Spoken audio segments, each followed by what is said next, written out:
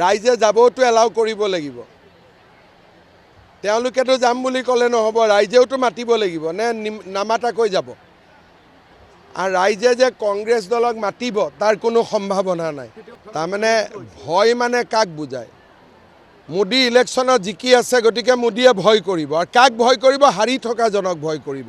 এটা পাগল নহ'লে এনেকুৱা কথা কয় নেকি? মই ক'লোঁ নাই, ব্ৰেইনটো পাগল হ'ব লাগিব যে বিহাৰত এটাও ছিট পোৱা নাই, গতিকে ৰাহুলক মোদীয়ে ভয় কৰিব। ব্ৰেইনটো নট থাকিব লাগিব নে নালাগিব? নট নাথাকিলেহে এনেকুৱা কথা ক'ব। মই এটাই কথা ক'লোঁ যে বিহাৰত গোটেই কংগ্ৰেছৰ MLA এখন ইনোভা গাড়ীতে হৈ যায়, মাত্ৰ 6টা MLA। গতিকে আমাৰ অসমত কিজানি তাতকৈও বেয়া হয়। সেইকাৰণে এতিয়া ৰখি থাকক ইলেকশ্যনলৈকে।